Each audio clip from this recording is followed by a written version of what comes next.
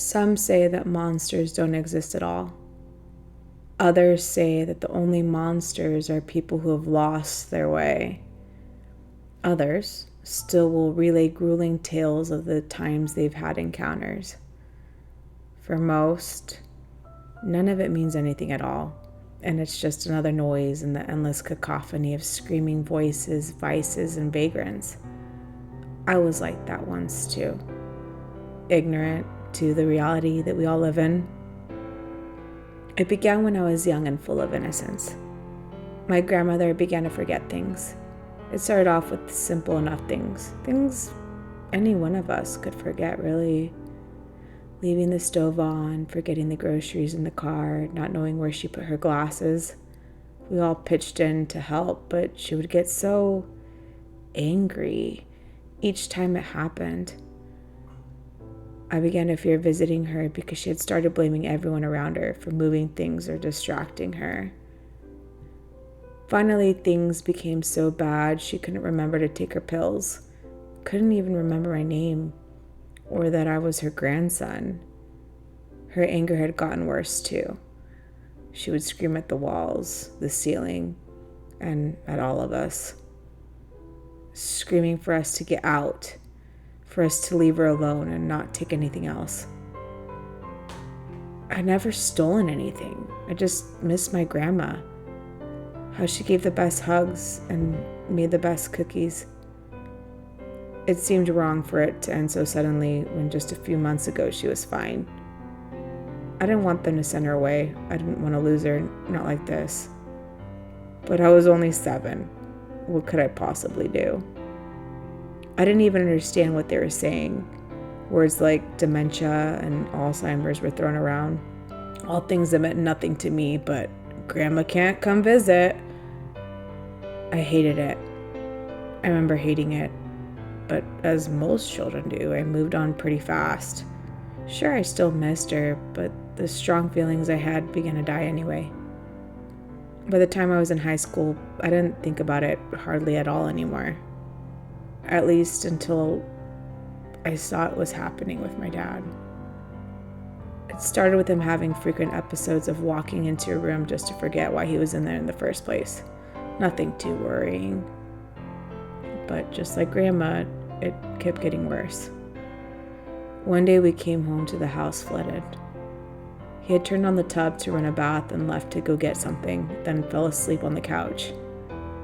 The next week we got a call saying he hadn't shown up to work and they couldn't reach him.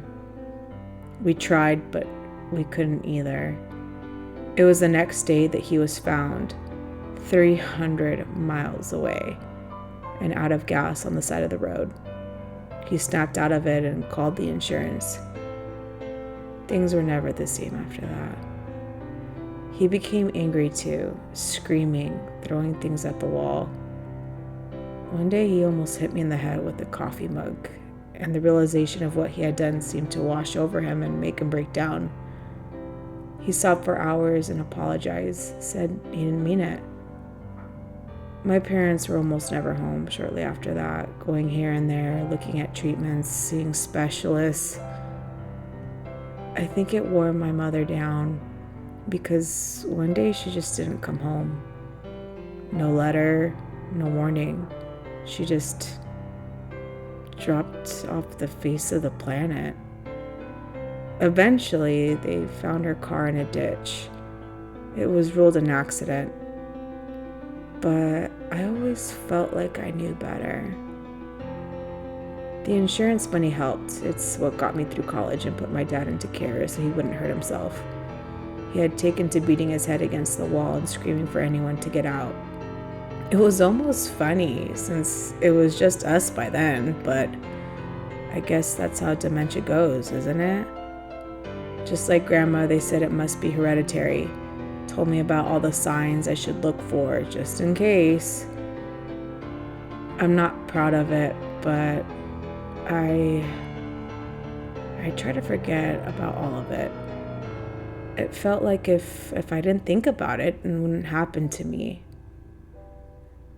I had a family of my own when I finally did think about it again. It It actually wasn't me who started having the symptoms this time.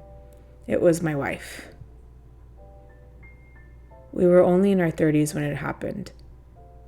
It seemed so wrong for things to go like this. We had a 4-year-old son and a 1-year-old daughter.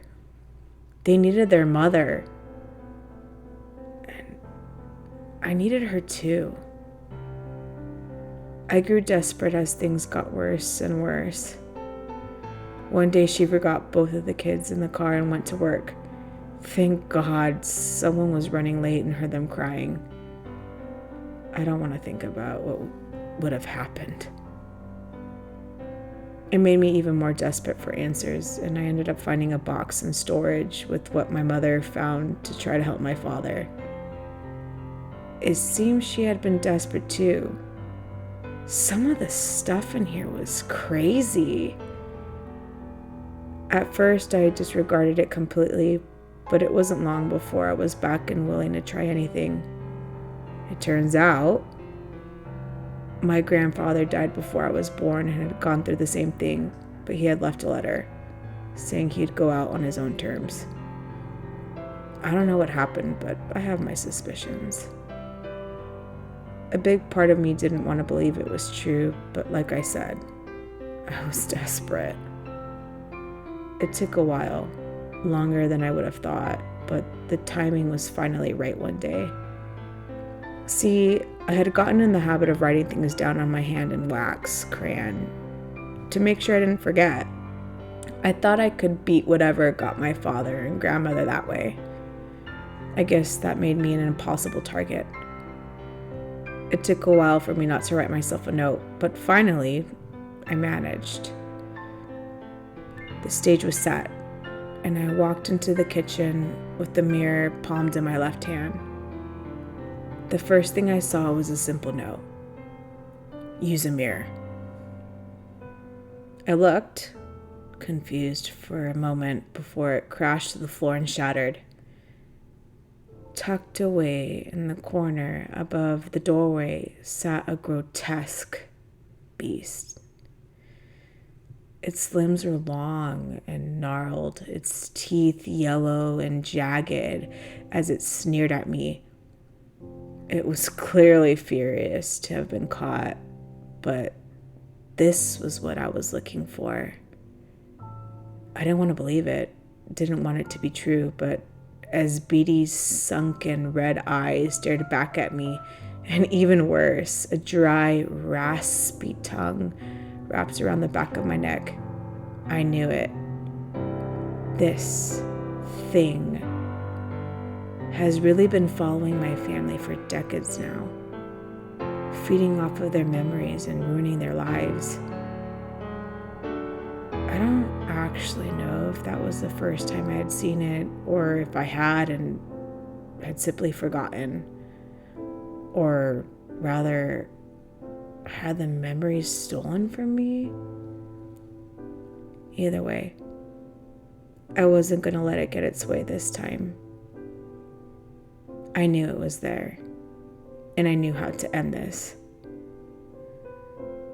Sometimes it still happens. I'll forget and be paranoid that I didn't stop it.